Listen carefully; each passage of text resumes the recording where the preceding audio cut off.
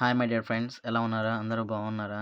So, మనమైతే ఇందాక registration process చేసామనమాట. ఒకసారి వీడియో ఉంది చూడండి.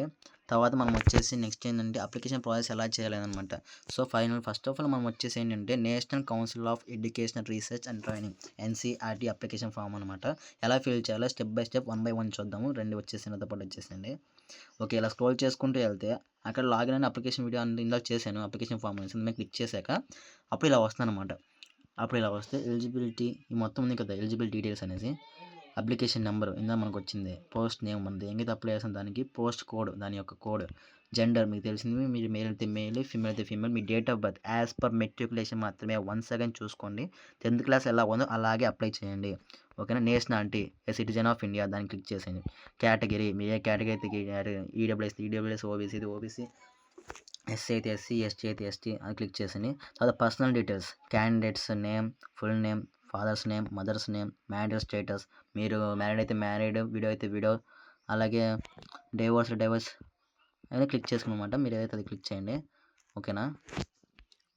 ఓకే, మొబైల్ నెంబర్, రిలీజియన్ వచ్చేసి మీరు హిందూ అయితే హిందూ, లేదా క్రిస్టియన్ అయితే క్రిస్టియన్.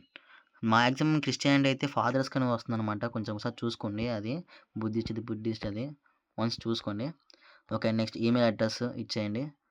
టెస్ట్ సిటీ ప్రిఫరెన్స్ ఇక్కడైతే మనకి ఇక్కడ సిటీస్ చూడండి ఎన్ని వచ్చాయో. 1 మినిట్.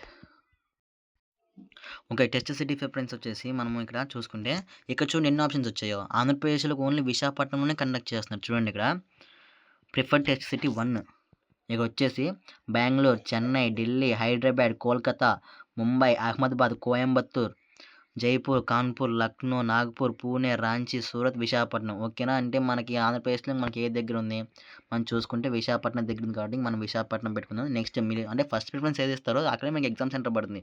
సో చూసుకొని పెట్టుకోండి. ఎనీబడి తెలంగాణ ఎవరైనా ఉంటే వాళ్ళకి దగ్గర ఉండి పెట్టుకోండి. ఓకేనా, ఈజీగా ఉంటుంది. So person with bench mark disability details, ఆ పర్సన్ విత్ మినిమం 40% ఎలిజిబిలిటీ అదే డిజబిలిటీ ఉంది. మీకు ఏమన్నా డిజబిలిటీ ఉంటే ఎస్ అండ్ నో ఎస్ పెట్టండి, నో అంటే నో అని పెట్టండి. మనకైతే లేదనమాట నో.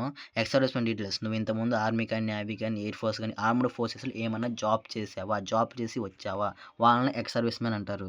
సో ఇక మనం ఎక్స్ అయితే ఎస్ అని పెడదాం. ఎస్ అని పెడితే దానికి సంబంధించిన డీటెయిల్స్ ఇవ్వాలి. అంటే joining date of service, relieving date from service అంటే ఎప్పుడైతే నువ్వు వచ్చావు అనేసి, టోటల్ సర్వీస్ పీరియడ్. నో అయితే మనకు అవసరం లేదనమాట. Departmental employee details, are you department employee of NCERT, నువ్వు ఎన్సీఆర్టీలో ఏమన్నా పని చేస్తున్నావా.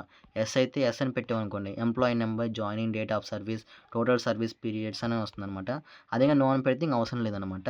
Government employee details, are you currently working in government central, state, PSU or autonomous body అని ఉంటుందన్నమాట.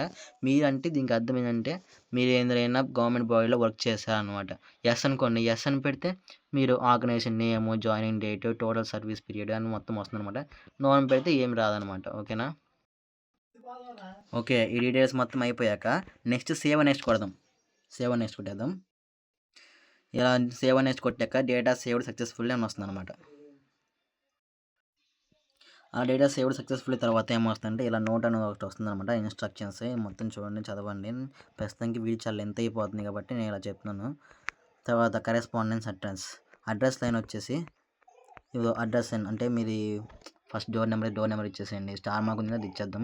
తర్వాత అడ్రస్ లైన్ 2 ఇక్కడ స్టార్ మార్క్ దగ్గర మనం వెళ్ళొద్దు, అది ఏం కాదు. తర్వాత కంట్రీ వచ్చేసి ఇండియన్ ఆప్షన్ కాబట్టి ఆటోమేటిక్ ఇండియా వచ్చేస్తుంది.